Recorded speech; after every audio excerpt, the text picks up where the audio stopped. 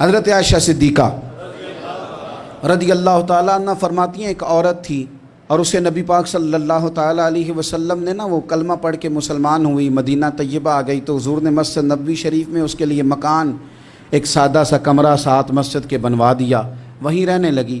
اکثر وہ سیدہ طیبہ کے پاس آتی تو حضرت عائشہ صدیقہ رضی اللہ تعالیٰ عنہ فرماتی ہیں وہ بڑی باتیں سناتی اور آخر میں کہتی وہ ہار والا دن بھی بڑا عجیب دن تھا اور میرے رب کی قدرتوں کا دن تھا، وہ بھی بڑا عجیب دن تھا۔ سیدہ عائشہ صدیقہ رضی اللہ تعالیٰ عنہ ایک دن فرمانے لگی کہ تو ہار والے دن کا بڑا ذکر کرتی ہے، وہ کیا دن تھا؟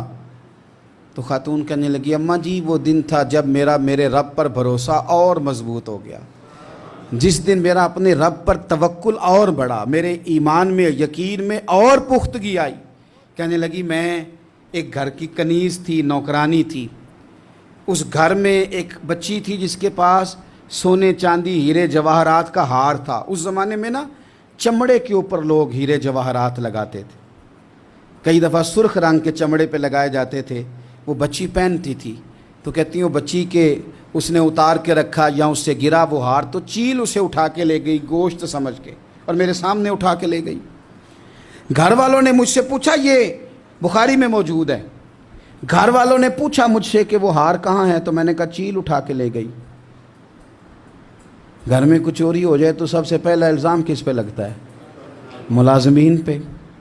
کہتے انہوں نے مجھے بڑا مارا، بڑی تکلیف تھی، حتیٰ کہ میری شرمگاہ تک کی تلاشی ہوئی، میری عزت اتنی خراب کی میں بتا نہیں سکتی۔ حضرت عائشہ صدیقہ کہتی ہیں پھر کیا ہوا؟ کہنے لگی اماں جی جب کوئی میرا مددگار نہ رہا، مجھے تکلیف دے رہے تھے، رسوا کر رہے تھے، تو میں نے اپنے رب سے مدد چاہی، میرے رب کی طرف میں نے توجہ کی، میں نے کہا مالک اب تو ہی میرا مددگار ہے۔ کہتی ہے وہ مجھے مار رہے تھے تو وہ چیل جو ہار لے گئی تھی وہی لے کے واپس آ گئی اور ہمارے سروں کے قریب لا کے اس نے جب اس ہار کو پھینکا وہ مجھے چھوڑ کے سائیڈ پہ ہوئے، وہ میری بے گناہی جان گئے، لیکن آپ کو بتاؤں اس دن سے میرا اپنے رب پر یقین اور بڑھ گیا۔ مجھے سمجھ آ گئی کہ جب انسان پورا ٹوٹ جاتا ہے اور جب کوئی چاروں جانب اس کا مددگار نہیں ہوتا تو رب تو ہوتا ہے نا، پھر وہ تو توانائی دیتا ہے نا، وہ تنہا نہیں چھوڑتا، وہ تو آنسوؤں والوں کے آنسوؤں پہ بڑا کرم فرماتا ہے، وہ تو قسم پرسی میں آ جاتا ہے، اس کی رحمت بڑھ کے استقبال کر لیتی۔ ایک دن حضور فرمانے لگے کہ مجھے تم پر ڈر ہے کہ پرانی امتوں کی بیماری کہیں تمہارے اندر بھی سرایت نہ کر جائے۔ یا رسول اللہ صلی اللہ تعالیٰ علیہ وسلم ایسی کون سی چیز ہے جس سے آپ کو بھی ڈر ہے اور وہ کون سی بیماری ہے؟ تو حضور فرمانے لگے پرانی امتوں میں بیماری تھی تکبر کی، حسد کی، بغض کی، عداوت کی، دل ایک دوسرے کے بارے میں سخت ہو گئے تھے۔ آپ کبھی پڑھے بنی اسرائیل والوں کو شدید پیاس لگی ہے اور ان سے کہا گیا کہ ڈنڈا ماریں گے جناب موسیٰ علیہ السلام پتھر پہ، اللہ وہاں سے چشمے نکالے گا، پی لو۔ انہوں نے کہا ایک نہیں پیئیں گے، 12 قبیلے چونکہ ہمارا اختلاف ہے ایک سے پانی نہیں پی سکتے، ہمیں 12 الگ الگ چاہیے۔ حضور فرمانے لگے وہ جو پرانی امتوں میں عداوتوں کی بیماری تھی مجھے ڈر لگتا ہے وہ تمہارے بیچ نہ آ جائے۔ او یارو اتنی سخت عداوتیں، اتنا گھٹن، اتنی ہماری طبیعتیں ایک دوسرے کے بارے میں سخت۔ آپ کبھی لوگوں کا لب و لہجہ محسوس کریں جب وہ کسی کے خلاف گفتگو کر رہے ہوتے ہیں تو ایسے محسوس ہوتا ہے کہ وہ تو شخص شاید مار دینا چاہیے، اتنا برا ہے۔ کئی اللہ والے چھپ گئے، بہت سارے رب کریم کے بندے تھے جو دنیا چھوڑ کے کونوں میں لگ گئے، انہوں نے کہا نہیں گزارا ہوتا ہو بھائی۔ میں کسی کمزور آدمی کی بات نہیں کرنے لگا، ایک دلیر آدمی، حسبن نسبن اخلاقن مروتن، ہر تعلق سے شانوں والے حضرت امام جعفر صادق رضی اللہ تعالیٰ عنہ، اتنے بڑے آدمی کہ امام اعظم ابو حنیفہ جیسے لوگ کہتے ہیں کہ اگر 2 سال امام جعفر صادق کے پاس نہ رہتا تو ابو حنیفہ ہلاک ہو جاتا۔ امام جعفر صادق تربیت جب کی تو کن کی؟ امام اعظم کی، حضرت داؤد طائی کی، جناب سفیان ثوری کی۔ پر شاہ فرید الدین عطار فرماتے ہیں آخری عمر میں امام جعفر صادق حجرے میں بند ہو گئے تھے، باہر نہیں آتے تھے، بس اسی کسی دے کچھ نہیں جلگ دے تے نہ کوئی ساڈا دردی حجرے میں۔ ایک دن حضرت سفیان ثوری نے منت کیا کہ ان کے بچوں کی، خدام کی، کہ حضرت سے کہو میں پرانا نوکر ہوں، مجھے تھوڑی زیارت کا موقع مل جائے، میری تو آنکھیں ترس گئی ہیں، کرم نوازی ہو جائے۔ تو حضرت کو جا کے عرض کی کہ سفیان ثوری منت کر رہے ہیں، آپ نے اجازت دے دی۔ حضرت سفیان ثوری اندر گئے تو درد سے کہا حضور آپ تو 2 جملے کہتے تھے تو دل بدل جاتے تھے، کتنے لوگ منتظر ہیں آپ کے کلمات طیبات کے لیے، زیارت مقدسہ کے لیے، اور آپ یوں گوشہ نشین ہو گئے۔ تو جگر گوشہ رسول، نواسہ رسول امام جعفر صادق آنکھوں میں آنسو آ گئے، کہنے لگے سفیان تمہیں کیا بتاؤں، لوگوں کے لفظوں میں بڑا پیار ہے پر دلوں میں وفا کوئی نہیں۔ او بے قدراں کچھ قدر نہیں کیتی خوب تسلی ہو، اے دنیا دار پجاری زرد کتیاں دے گل ٹلی ہو، قدر نہیں کی لوگوں نے۔ اب میں اپنا آخری وقت اپنے رب رسول کے ساتھ گزارنا چاہتا ہوں۔ یعنی امام جعفر صادق جیسے لوگ چھپ گئے۔ ہم اپنے رویوں سے اگر ان چیزوں کو نکالیں گے، دلوں کو صاف کریں گے، تو بڑے بڑے قیمتی وجود ہیں جن سے ہمارا رشتہ قائم رہے گا۔ لیکن اگر حسد کی، عداوت کی، بغض کی یہ بھٹیاں جس طرح تپ رہی ہیں آج معاشرے میں، یہ تپتی رہیں، تو بڑے بڑے لوگ ہیں جو منظر سے ہٹ جاتے ہیں، مقابلہ نہیں کر پاتے لوگوں کی عداوتوں کا۔ رب کریم کا بندہ صاف دل ہوتا ہے، وہ حسد بغض عداوت کا مقابلہ نہیں کرتا، وہ کونے میں ہو جاتا ہے۔ وہ کہتے میں اس دوڑ والا نہیں ہوں، اس لیے کہ اللہ کے بندے تلوار کے ساتھ، تو میں بڑی بات کرنے لگا ہوں اگر آپ کی سمجھ میں آ گئی تو، رب کے بندے تلوار سے تو لڑائی کر لیتے ہیں، پر منافق کے نفاق کے ساتھ مقابلہ کیسے کریں؟ وہ کس طرح اپنے آپ کو منافق بنائیں؟ وہ کس طرح کر کے اس جگہ پہ آ کے سازش کریں جہاں چھوٹے لوگ سازش کرتے ہیں، پھر وہ بچنے لگ جاتے ہیں۔ ایک درویش بھی گزرے ہیں، سادے بندے، حضرت بہلول دانا، بالکل سادے بندے، کوئی بات نہیں، کوئی کسی قسم کا لینا دینا نہیں۔ حضرت بہلول دانا رحمت اللہ علیہ سے بھی ایک شخص کی ملاقات ہوئی، تو بعض بندے ہوتے ہیں نا، انہیں دو چار پہیلیاں یاد کر لی ہوتی ہیں، دو تین کہانیاں، وہ کہتے ہیں جی میرے کسی مولوی نے سوال دا جواب نہیں دیتا، منا گا دیتا ہاں جی کوئی مولوی میرے بھی سوال دا جواب، تو چونکہ آپ کا ارادہ ہی نہیں ہے سوال کا جواب لینے کا، آپ نے پہلے فیصلہ کر لیا ہے کہ میں نے سوال ہی ایسا کرنا ہے جس کا کوئی جواب۔ ہم لوگ پتہ کیا کرتے ہیں، بے معنی سوال، عمل کا رستہ۔ وہ اسی طرح کا ایک بندہ تھا، وہ کہتا تھا جی میرے سوال کا جواب کبھی نہیں کسی نے دیا۔ اس کی ملاقات ایک درویش سے ہو گئی، حضرت بہلول دانا سے، فرمانے لگے پوچھو بھائی کیا سوال ہے؟ کہنے لگا بابا میرے 3 سوال ہیں، ایک تو یہ بتائیں کہ اگر رب ہے تو وہ نظر کیوں نہیں آتا، اور دوسری میرا سوال یہ ہے کہ اگر جو کراتا ہے شیطان کراتا ہے تو انسان کو سزا کس بات کی، اور تیسری بات یہ کہ آپ کہتے ہیں کہ شیطان جن ہے، آگ سے بنا ہے، تو اسے بھی آگ میں ڈالا جائے گا تو آگ کو کیسے جلائے گی؟ تو حضرت بہلول دانا تھوڑا سا سوچنے لگے تو اس نے بڑی سخت بات کی، کہنے لگا مجھے پتا تھا جواب آپ کو بھی کوئی نہیں آتا۔ دیکھا نا، پڑ گئے نا سوچ میں۔ نیچے ایک روڑا پڑا تھا مٹی کا، اینٹ کا نہیں، مٹی بھی کئی دفعہ خشک ہو جائے نا دھوپ میں، کچی مٹی بھی تو روڑا تگڑا بن جاتا ہے، مضبوط روڑا پڑا تھا۔ حضرت بہلول دانا نے آؤ دیکھا نہ تاؤ دیکھا، روڑا اٹھایا اور زور سے سر میں دے مارا۔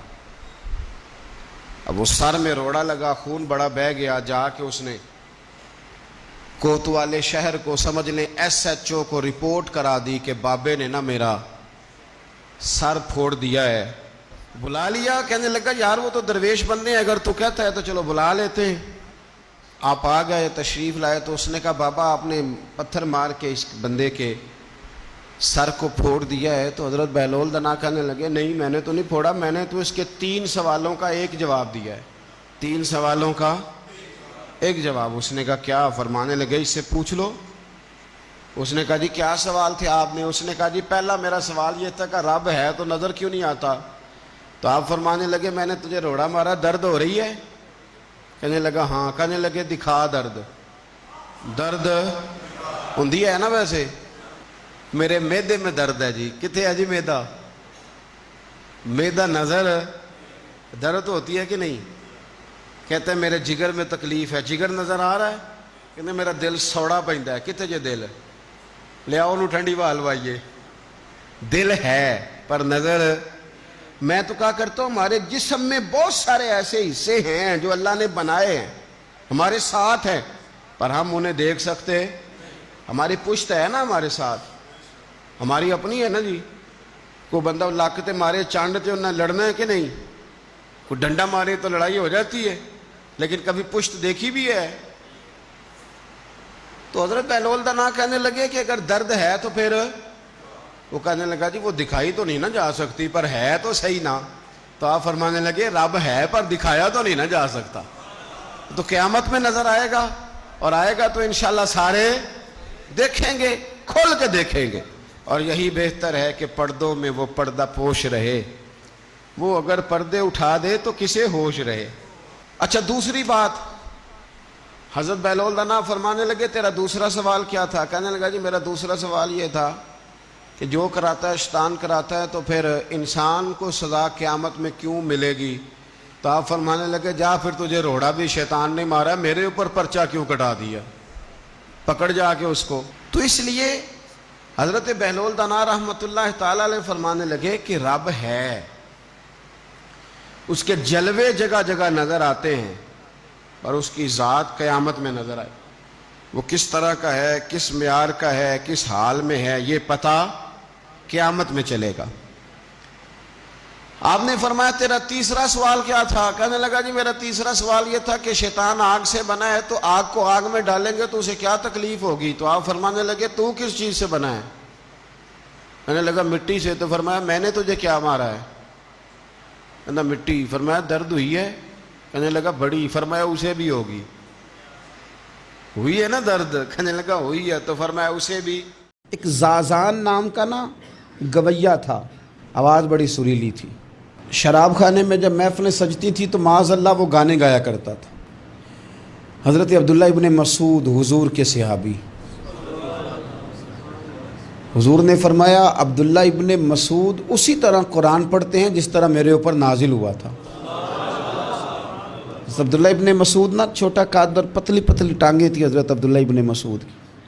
ایک دن درخت پہ چڑھے ہوئے تھے تو کچھ لوگوں نے نا, بچے کرتے ہیں نا مذاق, معاذ اللہ کچھ نے کہا کتنی پتلی ٹانگیں. اللہ کے محبوب علیہ السلام نے فرمایا قیامت کے دن عبداللہ ابن مسعود کی ٹانگوں کا وزن احد پہاڑ سے بھی زیادہ ہوگا. زبردست صحابی ہیں. اور حضور نے فرمایا میں نے جس کو گورنر بنایا, کسی جگہ امیر بنایا, مشورہ کر کے بنایا, اگر میں کسی کو بغیر مشورے کے امیر بناتا تو عبداللہ ابن مسعود کو بناتا. حضرت عبداللہ ابن مسعود گزر رہے تھے تو وہ جو زازان نام کا گویا تھا وہ گانے گا رہا تھا. ہماری جو تقریریں ہیں نا جی, میری طرح کے لوگ, وہ چونکہ جمعہ پڑھانا ہے 45 منٹ پاس کرنے ہیں تو نہ وہ ذوق سے تیاری, نہ وہ درد. قوم کی اصلاح, ایک میرے حصہ فرمایا کرتے تھے تمہارا بچہ بگڑ جائے تو کتنے پاپڑ بیلتے ہو صحیح ہو جائے. یکدم خدا نہ خواستہ خاکم بدہن کروڑ دفعہ اللہ معاف کرے کسی باپ کو رات کو خبر مل جائے کہ تیرا بیٹا نشہ کرتا ہے, سوئے گا رات کو, روئے گا کہ نہیں مصلی بچھا کے؟ لیکن یہ صرف اپنے بیٹے کے بارے میں ہے. کاش قوم کے ہر بیٹے کے بارے میں ہمارا یہی ذہن بن جائے کہ یار یہ کیوں بگڑ گیا ہے. اور اس درد سے جب ہم اصلاح کریں گے, تقریر کریں گے, پھر آپ محسوس کریں گے کہ اللہ اس میں اثر بھی پیدا کرے اور اس میں تاثیر آتی. حضرت عبداللہ ابن مسعود گزرے تو اب درد تھا نا دل کے اندر, اور اگر کسی نے توبہ کرنی ہے تو ایک جملے سے بھی کر لینی. آپ گزرے, سریلی آواز کانوں میں آئی, کھڑے ہو کے کہنے لگے کون ہے؟ کہا جناب زازان نام کا گویا ہے. مصطفیٰ کریم کے شانوں والے غلام کی زبان سے لفظ نکلے, کتنی سونی آواز ہے, کاش یہ قرآن پاک کی تلاوت کرتا. ایک بچہ مجھے ایک دفعہ ملا لاہور میں, تو میرے گلے رکھ کے اس طرح رویا جس طرح آپ کو بچھڑا ہوا روتا ہے. انہیں لگا پیر صاحب مر جان لگے ہیں, کوئی ساڑی اصلاح ہی نہیں کرتا, کھب گئے گناہ وائج, کوئی باں ہی نہیں پھڑتا, کوئی ملے تو صحیح جو ہمارے دکھوں کا مداوع کرے. کوئی نہیں, اپنی اپنی نفسا نفسی, کوئی بات بتانے والا ہی نہیں. میں اکثر دوستوں سے کہتا ہوں کہ بڑے شوق سے سن رہا تھا زمانہ تو ہم ہی سو گئے. داستان کہتے کہتے لوگوں کا دل کرتا ہے ان کی اصلاح ہو جائے, پر کوئی درد والا ہو, کوئی ایسی بات ہو تو تب ہے نا جی. ہائے ہائے. حضرت عبداللہ ابن مسعود کہنے لگے کاش یہ قرآن پاک پڑھتا. یہ کہہ کے چلے گئے. باہر وہ نکلا نا, جب سارے لوگ باہر نکلے اس معاذ اللہ بری مجلس سے, تو چیم گوئیاں ہو رہی تھیں کہ آج تو یہاں حضرت عبداللہ ابن مسعود بھی آئے تھے. تو زازان سے کسی نے کہا کہ آج نا حضرت عبداللہ ابن مسعود نے تیری آواز سنی, تیری آواز.